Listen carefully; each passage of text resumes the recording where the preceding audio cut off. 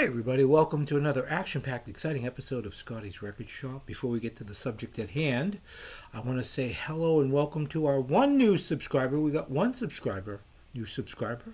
So welcome to Scotty's Record Shop.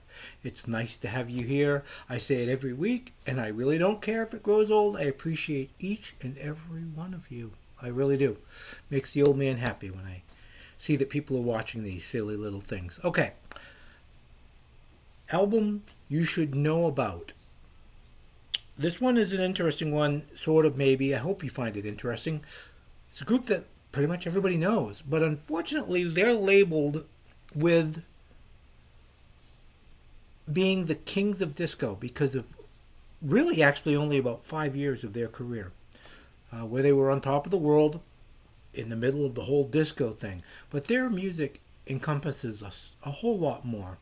Their early recordings are wonderful, and unfortunately, because of the way that oldies radio is now, which is basically focusing on 80s and 90s, that's what oldies is. I guess I'm really an oldie, right? I can't even relate to that music for the most part.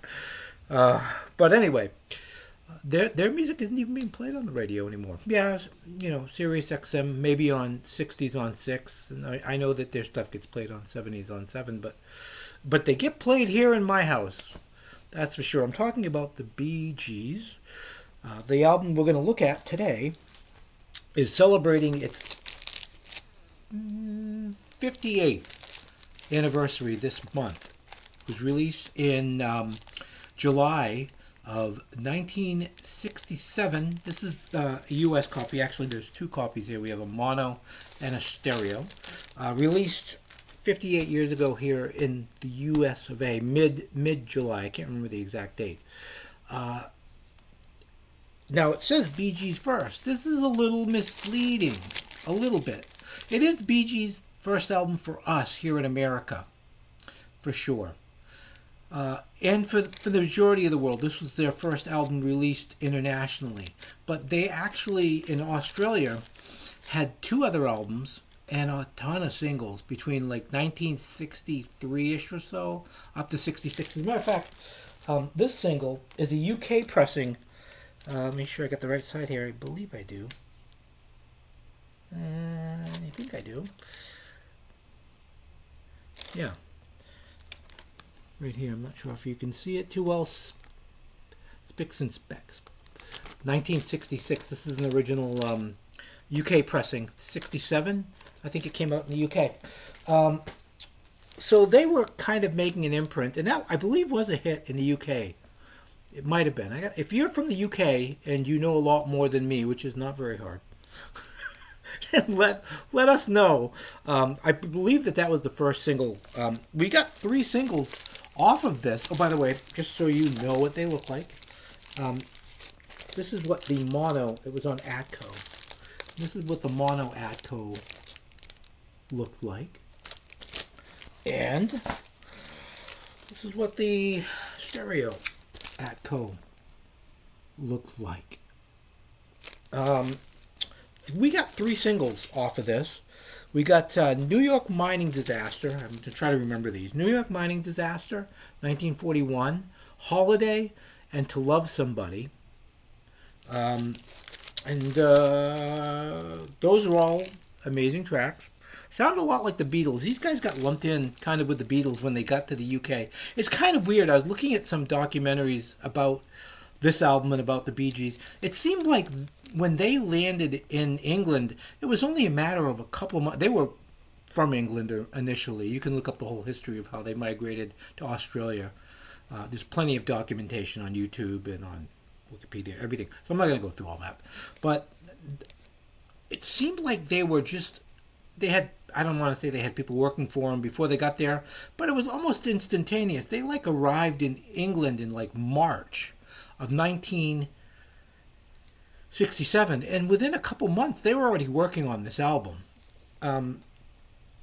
So I don't know if they had, they seemed to click up really. They seemed to link up really quickly with Robert Stigwood, who was their manager for many years until there was a huge lawsuit in the 80s, which is kind of silly. But anyway, for a lot of money initially.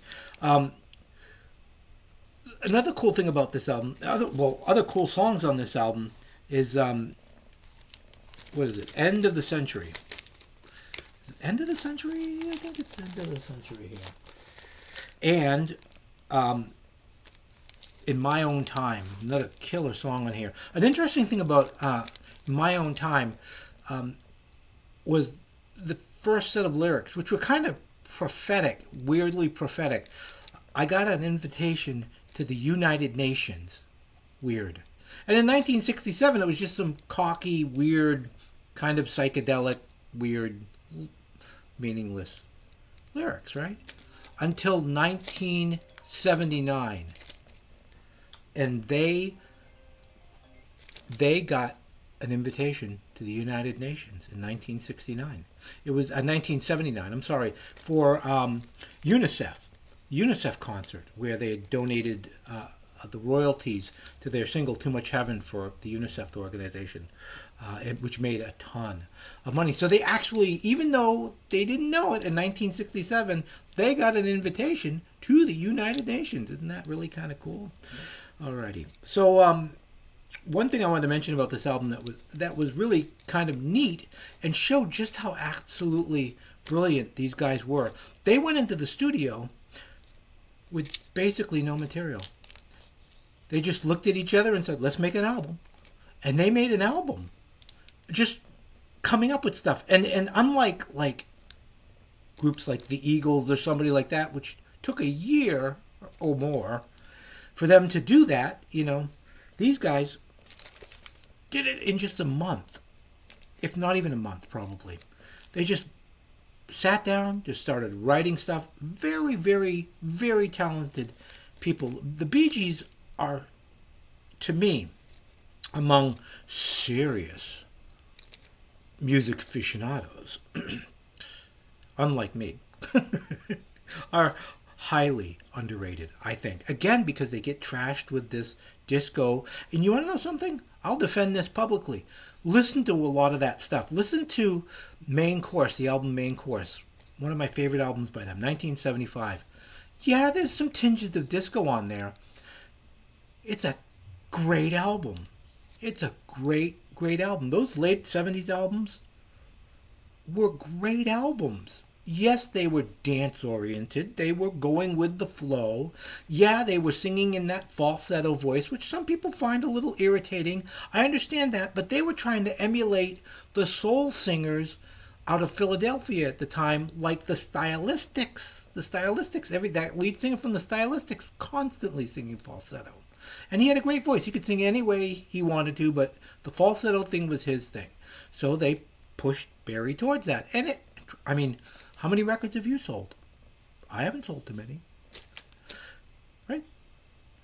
So it did them good. So I appreciate this. I highly encourage you. It's weird because it can get kind of psychedelic. It's kind of Beatle-ish at times.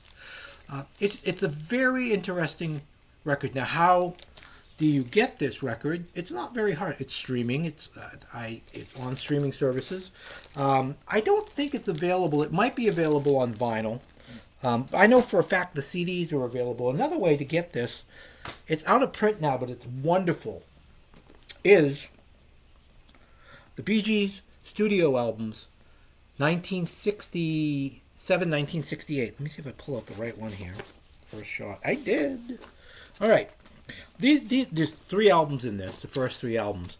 And these are expanded. You get the mono and the stereo, like I just showed you, on CD. Plus you get an extra disc of outtakes and rarities. They do some Beatles stuff on here. All stuff from the sessions. Great way to find it. You can get this for under $100, I believe. I know that may sound like a lot, but it's a great, great, great box set. But anyway, albums you should know about, the Bee Gees first. Check it out.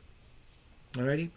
Please like and subscribe and share with your friends. Heck, share with your enemies. Let everybody know that Scotty's Record Shop is back in business after many, many years. Okay, kiddies? All right. Until next time, everybody, peace and love.